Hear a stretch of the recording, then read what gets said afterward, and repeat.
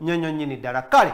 Talking about female artists making zono mu ggwanga lya Uganda tenga bakabi. Let's dive into Karol Kasita. Karol Kasita, she has proved her music career over time. Era banyo bavene bamuzeketerera simanya yalinga nnyo mu bandi yakubye bichi.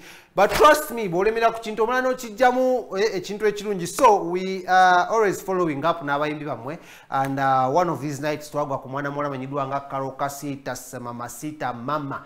Omanyi Karol Kasita njagala nnyo creativity ye. So now Karol Kasita oyo alina oluyimba lwe yakuba remix yaliko abakyala abanene mu ggwanga kuliko Winnie Waji. Despite comments yakoze ku basajja ezanyiziza, I don't really care.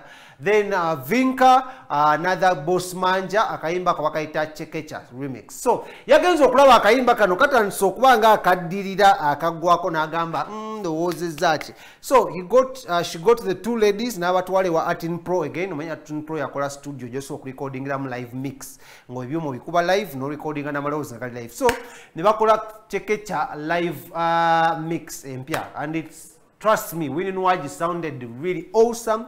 Karol Kasita sounded even more better, and then Boss Manja Vinka sounded angelic. So Karol Kasita your creativity ya manyi nyo. So now Karol Kasita twamugudeko netumubuuza 2023 in actual agamba kyali atya, yagambye success.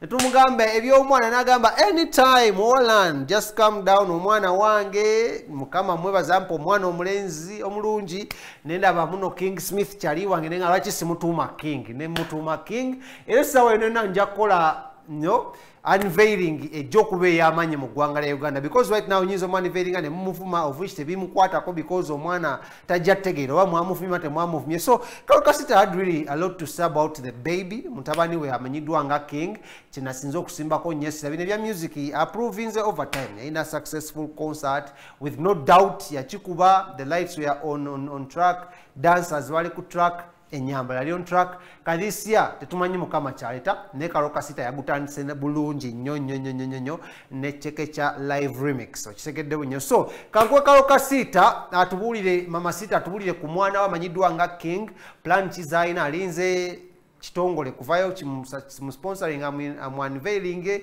oba agenda ku unveiling tata w'omwana this year, because Karol Kasita naye akuliridde. Karol, Happy New Year. Thank you. Happy New Year too. Rachi. Vibe. My ear is always the same. My New Year Jaku birthday and I feel like it's a new year. Omuntu wakugwako wakazuka anagamba hey Karol, omwaka gwa 2023 gwakutambulira gutya omugambo? It was a success. It was a success. I had my first concert, my first baby, my first everything was last year. Omwaka oguwedde obadde nnyo mulaavu okoledde abantu obubaga era gwaggwako ng'olina omusajja gw'okoledde obubaga ate kati wanene ogamba togenda kulaga musajja yenna mu kamera tokitwale nti omuntu oyo mukwano gwo Feffe Bussi. That's my bestie. I know. Yeah. That's my... I don't know. I don't know about that. Me, he's my bestie. Nakwana your party because I respect him and I know what he has done for me as a person. Ngabo nachikola any other best friend of yours or a close friend of yours ngochija ku muntu banange kyenakola techali about kulaga muntu other isinga twaita abiwaffe. Kati abantu mindset gye balina nti Feffe Bussi ye taata wa King bagijja mu mutwe. Buli masikaze ndowooza sijja kuwakanya muntu kintu kyayina buli masikaze ndowooza abaki nkibagamba nti tukitwale nti ye taata w'omwana lwaki mwagala nkibagambye weza omwaka omulamba wawulidde ekyo omwaka mulamba ng'oli maama? I felt like it was a success to me. Olenza celebrating mwana nze na celebrate okwambuno mwana wange mukuzza paka omwaka gomo. It's a good feeling. I'm so proud of myself. Okwambuno I've had a very good year musically and a very good year as a mother. Nti mwana wange mukulu nti ali healthy taina buzibu bwonna akula bulungi yeyagala and it feels good. First of all, if I say I'm in fear mbera but because mwana wange nemutekayo ku 2 years nemuvuma he will not see into me. I don't think he understands that someone abused me as early as 2 years. I just protect my son. I'll just bring out my son when I want to. Maybe I have a well unveil him. Maybe there is a well unveil him. Maybe needs endorsement. Maybe needs a company. Maybe I'm unleashing it. I don't want to just release him just like that. Karol Kasita, Mamacita, for you, we can't wait to see what you have in store for us because, man, you've been here, you've lived, you've made your legacy, and what else to say, you know? So mulimu abantu bainga bo banyumira bunyumizi nga sina kya bagamba. You know, I just raised up the case n'engamba kati oyo yakikuba chagwa chimala. So moving on, waliwo no by the ngina kuzomweza 27 tugenda kubeera ku Kampala Serena Hotel.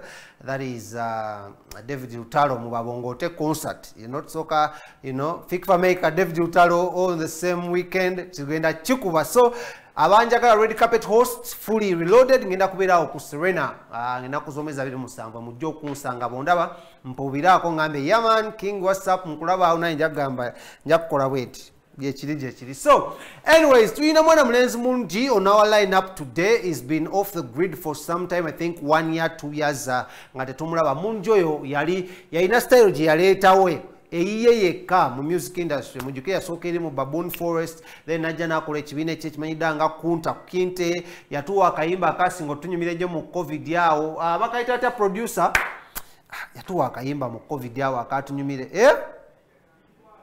bintwala ebimere nga bintwala you know, and yatumanyiza ebintu. So abantu banyi ne bajja nga balipira sibyakwire ne kale ne bamukoppa ne bayikale ne bayigira ku ye omuntu the likes of Crystal Panda, bantu banyi ne bajja nga bayimbawo engombe ez'enjawulo, you know, and it worked for them. So MunG, after taking off a sabbatical, n'awumulamuko omwaka mulamba, is back. You know, the king is back in his business. Yakomyewo with a new style, ekisati yatukubidde ki olimba leta ekisati omanyi yaliwo okuleeta ngombo yatukidde leta ekisati, but twayogeddeko naye era ebimu ku yatugambye tugemu no abadde agezaako building a legacy ye, because so many Ugandan artists have been here, have lived, but tebalese mukululo, and yagenda okiraba nga Chameleon lwaki tumwogerako, Bob Wine lwaki tumwogerako, Eddie Kenzo, Bebe lwaki tumwogerako. It's because they've been here and they've built their legacy after 10 years. So naye yagamba let him take off asooka awumulemuko alabe music industry bwetambula akole ku research